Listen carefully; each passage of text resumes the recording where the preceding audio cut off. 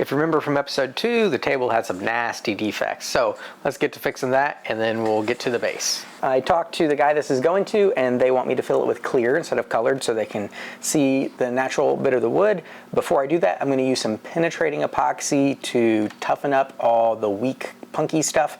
I'm going to mix up my penetrating epoxy, and I don't need very much. So I'm going to use a kitchen scale to be more precise, because on small amounts, smaller differences are bigger percentages, so I'm only going to need like 100 milliliters or so of this. Yeah, for example, I wanted 60, I got 75. Half of 75 is about 37.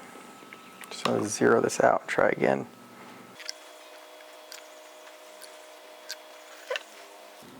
There we go. Quick story and address the elephant in the room, which is this big build off is of course sponsored by the Instagram Builders Challenge. The Instagram Builders Challenge is 2 epoxy companies they often work with, Total Boat, who I'm an ambassador for, as you know, and MAS Epoxy. MAS Epoxy happens to be the sponsor for the big build off, so I'm using MAS this time, and so thank you to them for sponsoring this challenge, but also thank you to Total Boat, who I'm an ambassador for letting me participate in this challenge.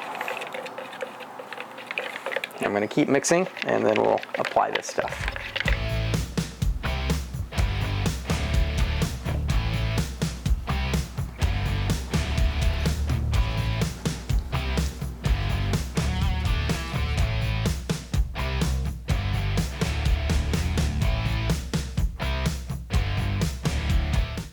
Okay, so when I was routing the second joint, the router, I pulled away from the fence some and got this gouge, went ahead and glued everything up as normal, so now it's time to repair it. Because this clearly isn't an organic shape, I'm not going to try to do like an epoxy repair or anything, so I'm going to use some Timbermate to work on filling it up, and then use some trickery to try to hide it.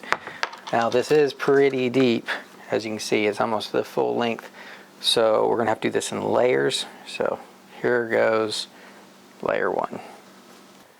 The penetrating epoxy has really firmed up all this stuff that was just flaking away. I've got an offcut that I wrapped with some poly seam tape that I know the epoxy won't stick to. I'm just going to hot glue the perimeter here so I can stick this on and make a seal.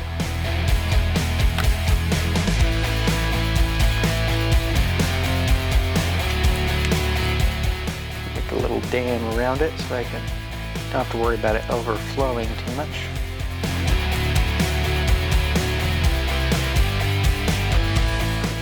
And same thing on the other side.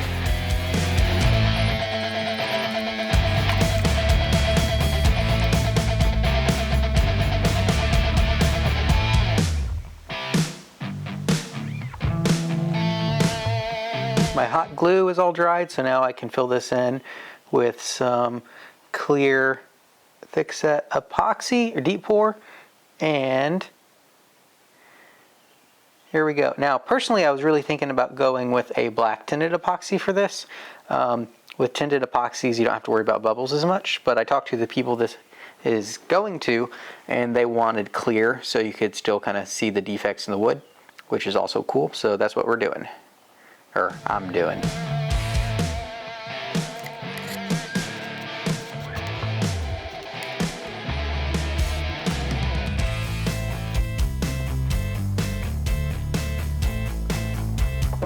Okay, preparing for finish. Gonna be a lot of sanding. Got to deal with this epoxy, the wood filler I used. First, got to get rid of our little dams down here. Okay, that came off real clean. The hot glue and tape on the cutoffs did a great job sealing this up. I've made the mistake before of trying to just tape in grain. Tape doesn't stay on in grain, doesn't work, so do this. One thing I've really been obsessed about is my new Marca setup. One of the reasons is because it's so quiet. Helps if I push the button. I'm gonna sand, well I tell you about it a little bit, just to prove how quiet it is, because normally I make sure everything's off before I do any voiceover. I know there'll be some noise, but you can totally have a conversation while this thing's running in your shop. The vibration's really low, and the dust collection beats like any other sander I've ever used. Anyway, I'm going to shut up and sand.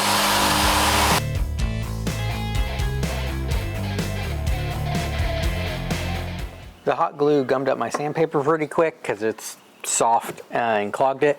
So I'm going to try something else to remove most of it.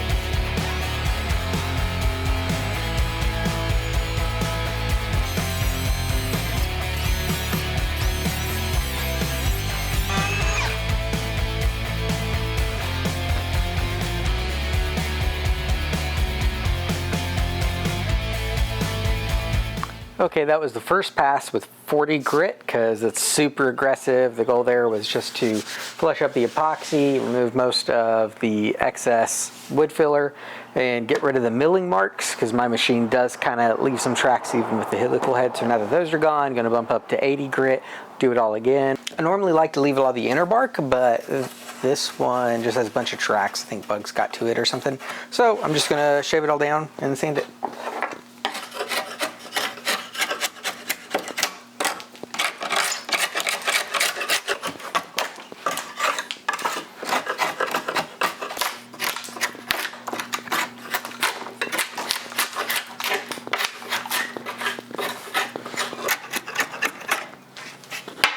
Now, there are always those who like to comment on the size of my draw knife, but I mean, do you see me? Once again, it's the technique that counts, not the size. For these bigger knots on the side, I'm going to use my power planer because sometimes a bigger tool does get the job done better.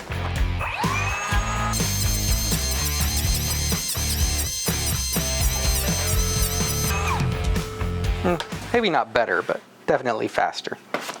Okay, I sanded through all the grits. Between 180 and 240, I stopped and spritzed the whole thing with water to raise the grain, and then sanded it. I'm going to use an oil-based finish, so some people say it doesn't matter. I just always do it. It's cheap insurance to make sure you don't have any issues. But now to deal with some of these repair spots. Oh, one exception, the epoxy, because I want that to come up clear. I sanded it through 800, which is what I have in my Abranet, and it's already looking good, so the finish will clear that up. But now for some of these touchier repairs. Okay, I'm sure you guys remember this spot from earlier. Okay, now this is a pretty good match, but it matches the background, and we're missing these grain lines. So as is normally the case with my really fine projects, I had to raid my kids' art supplies, and I found this brown pencil that's fairly close. So what I'm going to do is try to copy the grain line. And the nice thing is, if I don't like it, I can always just wet it a little bit. Now, if you don't have kids, maybe your significant other's eyeliner pencil might work. You know, or if you don't have a significant other, just find a neighbor that has some kids. Because I tell you what, if they got kids, they got so much crap they won't notice if you come take it anyways. There we go. Once some finish goes on that, that'll help blend it all together.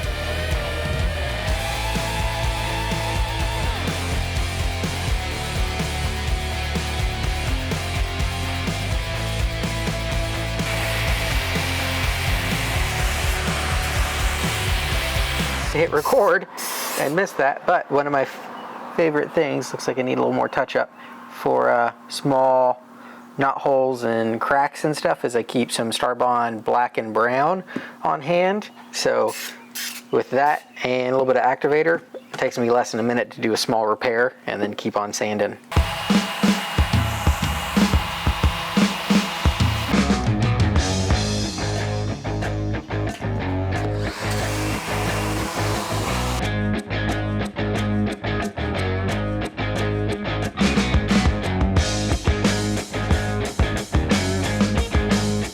Alright, so I wet all these and popped the grain, switched to 320. The only thing I'm going to touch with 320 on this is the bevels, because as I said, don't want to go over 220, 240.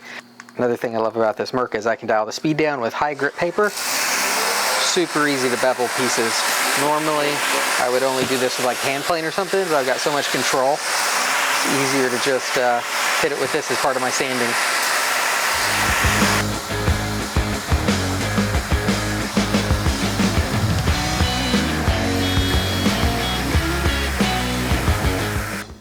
finishing a tabletop before everything goes together is kind of a no-brainer, but this table in particular is a great candidate for pre-finishing.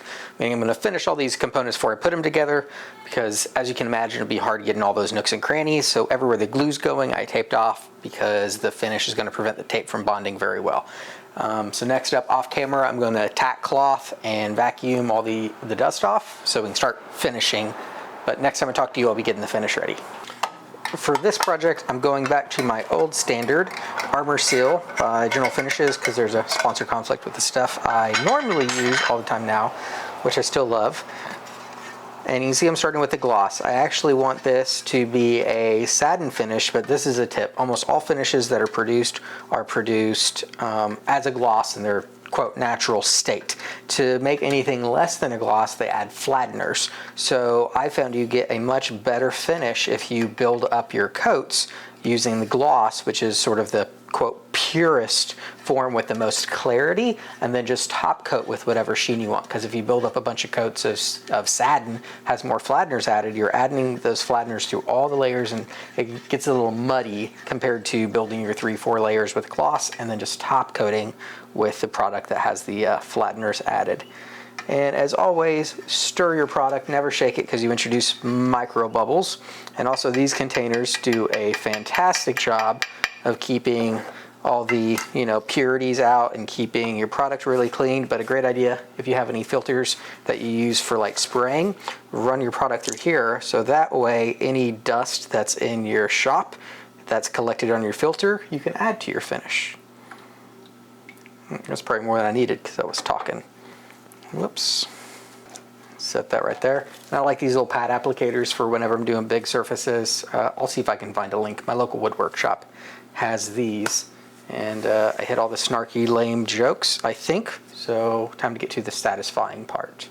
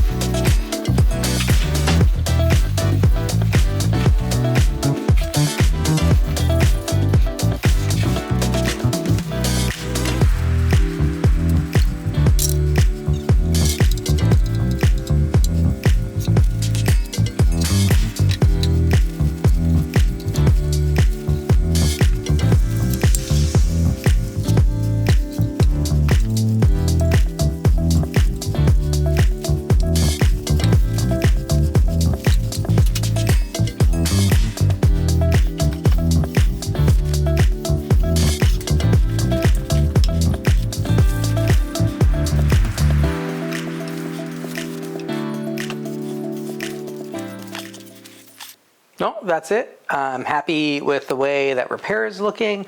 The Timbermate I used looked a lot lighter, but once the oil went on it, it tends to take the color and it stains really well, so I like the way it matches. I'm just gonna let this dry, then I'll use 400 grit Abranet and my Merca sander on low to lightly abrade it and follow up with 2 more coats. Of course, the last coat will be the satin, like I talked about, building up with gloss, finish with the satin for the sheen that I want. And then the next episode, I'll be bringing it together. I just finished cleaning all my tools and I love the finish I get from Armor Seal. But gotta say, I do not miss cleaning up oil-based stuff at all. Water-based is just so much easier. But anyway, every finish does act a little bit different. After a few years of doing this, one thing I've learned is that whatever finish you're using, if you're not sure what to do, the manufacturers kindly printed it on the back of the can. So just learn there, and it's probably going to solve whatever problems you're having. Anyway, stay tuned. Next episode, we'll be putting all this together, which will be exciting. So until next time, make time to make something.